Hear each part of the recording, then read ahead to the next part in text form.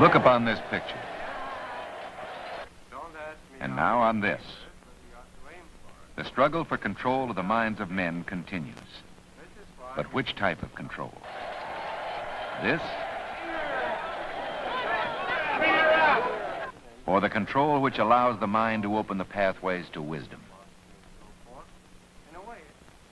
In Claremont, California, a group of colleges has been brought into being under a new concept in education that is unique and exciting in this struggle for men's minds.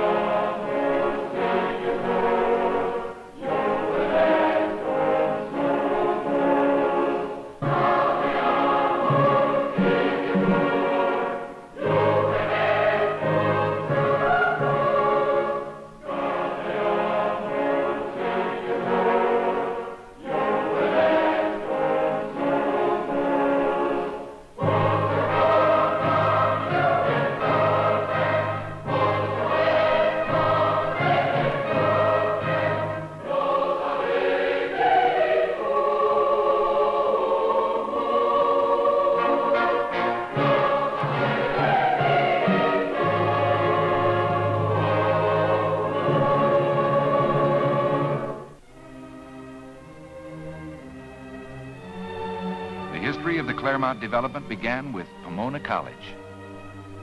Founded in 1887 in the New England tradition, its first building was an abandoned hotel.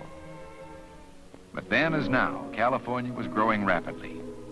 Pomona soon expanded its facilities to accommodate more students. Its growing number of friends provided this privately endowed college with the funds to maintain its growth. The academic importance of Pomona was quickly gaining national attention. Teddy Roosevelt spoke there in 1902. By 1915, it became necessary to restrict enrollment in the interest of academic quality. In 1923, 3 out of every 4 applicants were turned away. Classrooms were filled to capacity. The college had to expand or drastically limit its enrollment.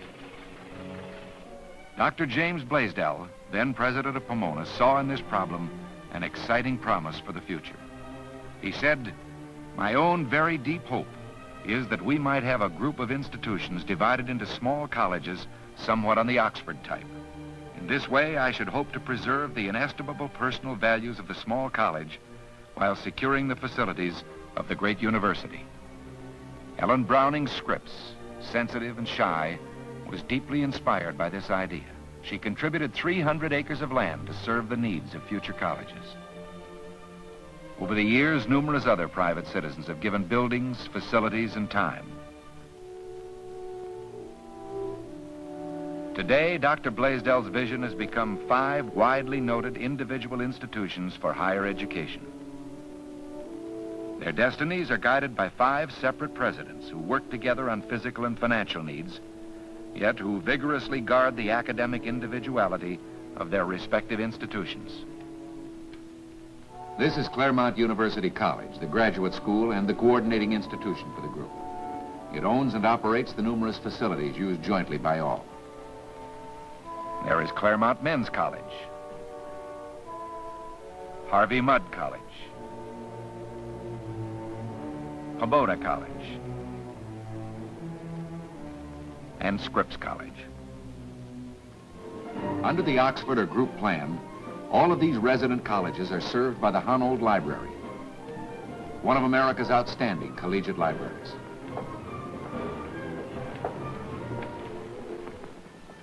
This room, reserved for research, houses the largest collection of books about Oxford University in the nation. Great Oxford, where 800 years of group plan education has proven its value in maintaining freedom of opinion and variety in the university. The 3,000 volumes here indicate the influence of a great university on the thought of the English-speaking world and the importance of its example to the Claremont Group. Ronald Library is a joint facility. As such, it brings together students from all members of the Claremont Group. The graduate student, the woman from Scripps, the student from Claremont Men's, the engineering major from Harvey Mudd, and the student from Pomona. They are brought here by a common need, yet they are encouraged to preserve the individuality necessary to outstanding education.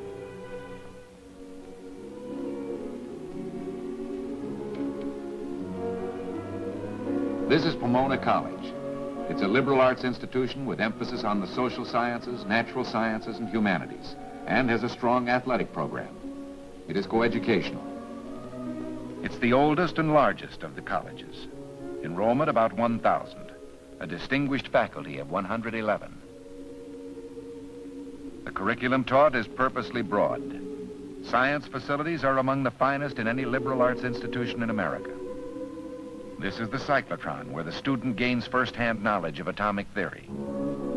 The small class in painting is part of an intensive humanities program requiring close contact with the instructor. The social sciences also receive strong emphasis here. Pomona recognized early that the language barrier has hindered Americans from communicating their ideas abroad. That's why they place special importance on their language laboratory, a new instructional technique. The language is Russian. Repeat a phrase, record it, play it back to gain conversational fluency. Как вы уже знаете, со дня смерти Льва Николаевича Толстого. Очень хорошо. Мы получили письмо из Англии. Мы получили письмо из Англии. Now, will you please stop your records and play it back so that I can hear your correct pronunciation?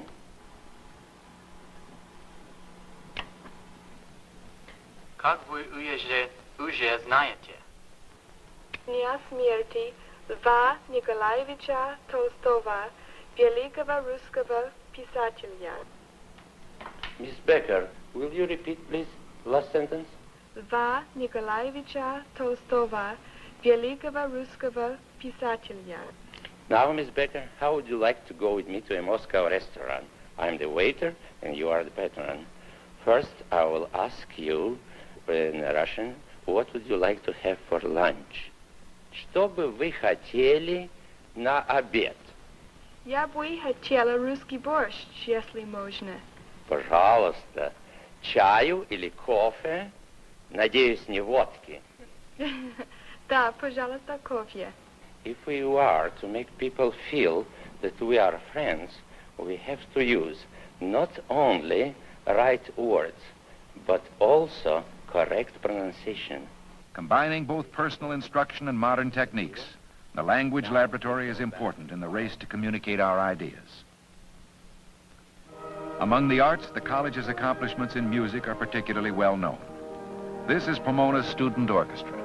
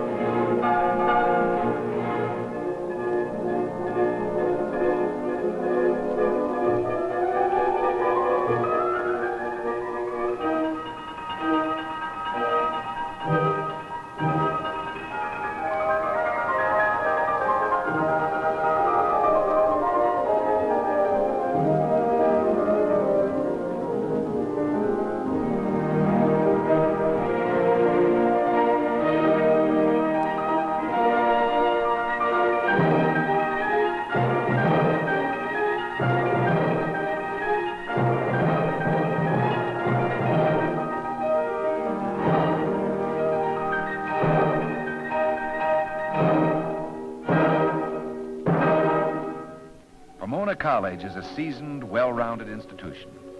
Its graduates have, through the years, attained national distinction in both scholarship and leadership. These men and women have been enriched and benefited from the other colleges in the group plan, which has also helped Pomona preserve its traditional character.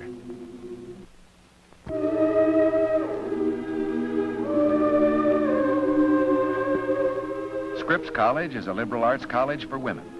It was founded in 1926 and named in honor of Ellen Browning Scripps. Like all of the colleges at Claremont, it is privately endowed. There are about 300 students, a faculty of 33. This is Scripps' motto, Incipit Vita Nova. New life begins. Miss Scripps believed that harmonious beauty was in itself an education. The college reflects this idea. The classic atmosphere of the Denison Library is typical of Scripps. The thought is to bring the student into close communion with the great artistic and literary achievements throughout history. This, it is believed, will significantly influence the way she thinks. The program of study consists of 5 broad fields: literature, the arts, social studies, science, psychology, philosophy, religion. This is the Mary B. Eyre Nursery, where the student gains first-hand knowledge in the psychological study of small children.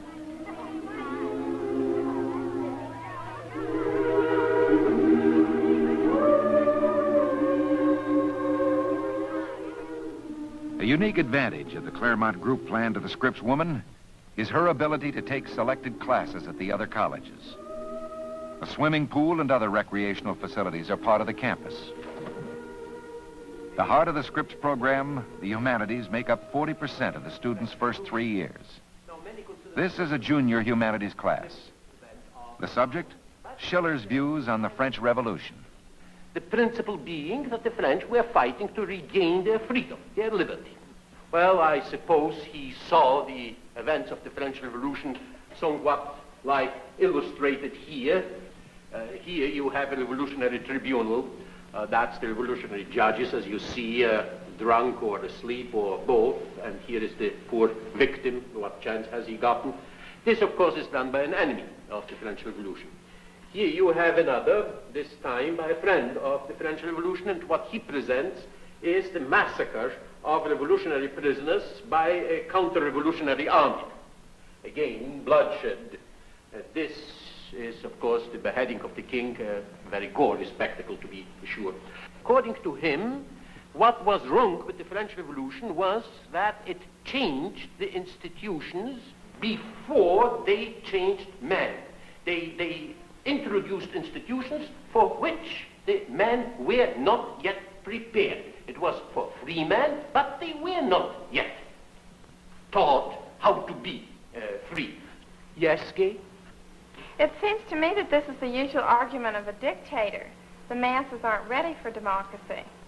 Well, yes, that's quite right. That's what many, not all, many dictators say. They need some simple explanation for their action, and this is one. It is an oversimplification, of course.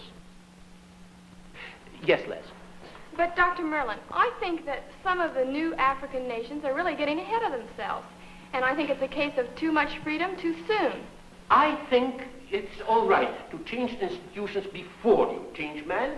And I think it is all right to trust men that by and by they will be educated by their own institutions. Instruction at Scripps stresses both the value of individual thought and the importance of community life. They urge the student to live her education. The belief is that she will be influenced throughout her life by the sense of intellectual and social participation, which can only be found at a small, intimate college.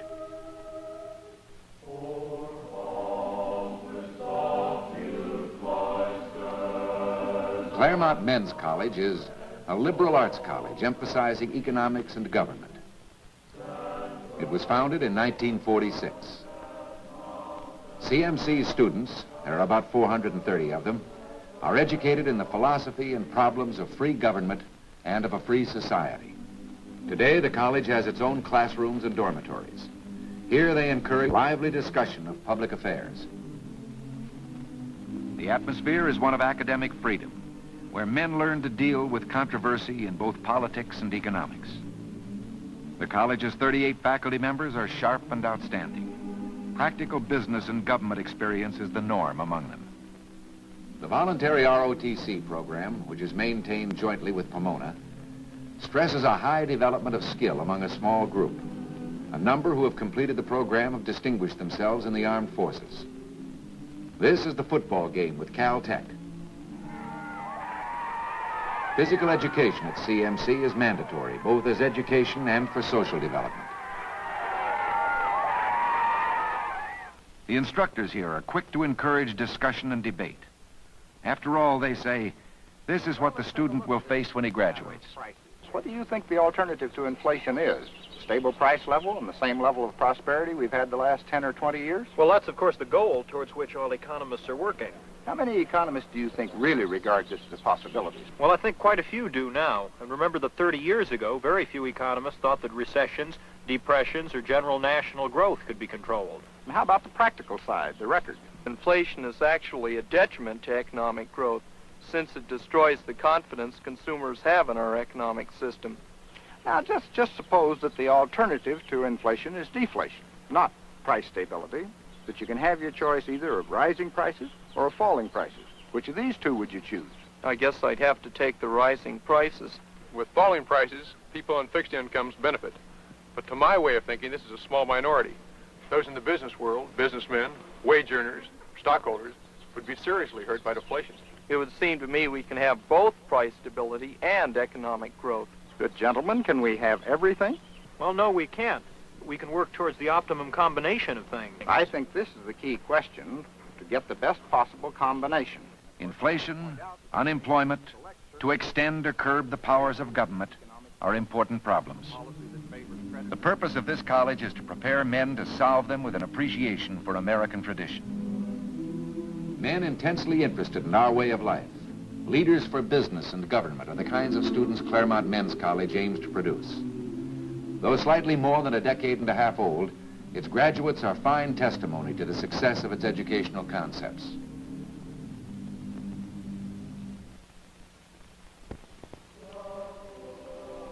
Harvey Mudd College was opened in 1957. It's a coeducational college of science and engineering. It will ultimately accommodate 370 students. It was founded because today there's an urgent need for physical scientists and engineers, with broad training in the social sciences and the humanities. 1/3 of the curricular time is devoted to the humanities and social sciences. Though new, Harvey Mudd College has taken shape quickly and when needed because of the group plan. The land required was immediately available. Classrooms and buildings have been loaned by the other colleges. Harvey Mudd now participates in athletic events with Claremont Men's College.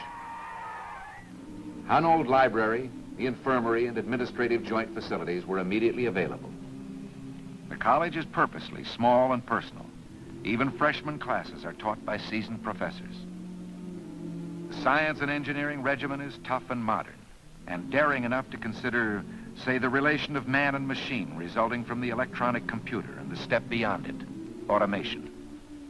But occasionally large groups of people have lost their jobs. Now with automation, this dislocation can occur at a much more rapid pace and on a larger scale than anything we have known. These young men come to realize that there is a new social dimension in the enormous power wielded by science. This places a responsibility on all of us, including the people who design and operate these machines, because the harmful effects have to be minimized as much as possible. This is not something that businessmen and political leaders can settle for themselves because they don't know how the gadget works. We've passed the point where the engineer or the scientist can simply say, here it is. This is the challenge facing you. No, there are no pat answers. The problems are too real. The goal of Harvey Mudd is to create competent specialists who are at the same time educated persons. Harvey Mudd College is the first privately endowed institution of its kind founded in the nation in the past 3 decades. Its program is new. Its future is bright. The Claremont Graduate School, the graduate school of all the colleges, offers advanced instruction and research in the humanities, fine arts, social sciences, education, psychology, and botany. It was founded in 1925. Its 400 students are drawn from all parts of the world. There are 100 faculty members. About 60 come from the undergraduate colleges. Here, formal instruction is cut to a minimum. Students exercise their own initiative and independently seize the opportunity to learn. It might be in psychology or in a new evaluation of the great achievements of the past.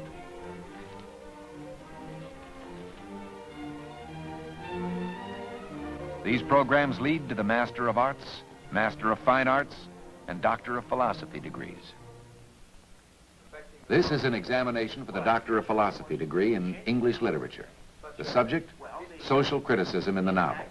I think that the novel is essentially a middle-class literary form, which arose partly because you had a middle class which was interested in reading, and partly because of some individual geniuses, such as Fielding.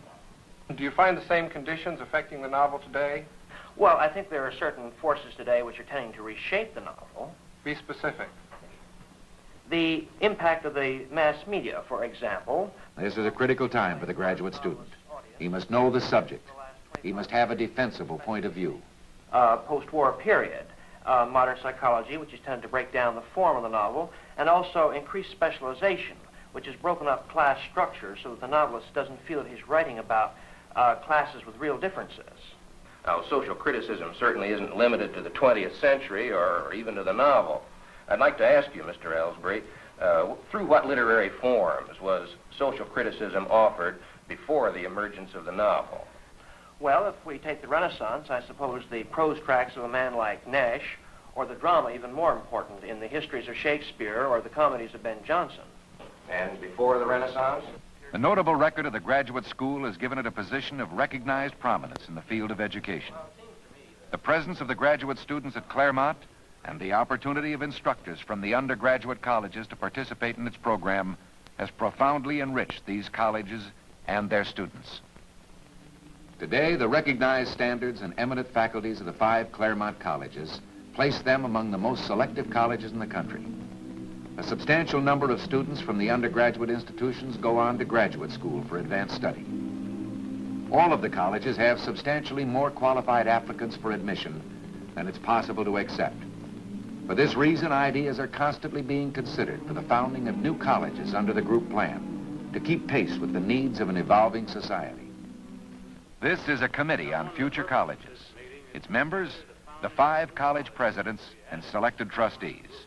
As you know, we have already approved a women's college for about 300 students, offering a liberal education in the arts with special emphasis on social sciences and economics. This committee is unique in the nation in that it meets regularly to consider founding new colleges. There are also plans for several other types of college to be presented today, all of which are in the preliminary stage. The provost will now present these plans. A group from our faculty suggests that we found an international college in which half the students and half the faculty would be drawn from nations other than the United States. Studies would be focused on such problems as economic development, the selection and change of political leadership, and other problems which are common to all nations, but which each nation must approach from its own individual background. An international college could contribute importantly to students from all over the world and to the students from the United States. And in addition, it would make a very valuable contribution to the students of each of the associated colleges. However, this is the type of thing which must be done very well if it is to be attempted at all. The group plan is working well at Claremont. It has provided at least part of the answer for these privately endowed institutions in their struggle to maintain quality in a time of unparalleled educational challenge. The people here seem to be motivated by the dynamism of Dr. James Blaisdell, who said of the group plan, "I believe we are at the beginning of a new era of educational effectiveness."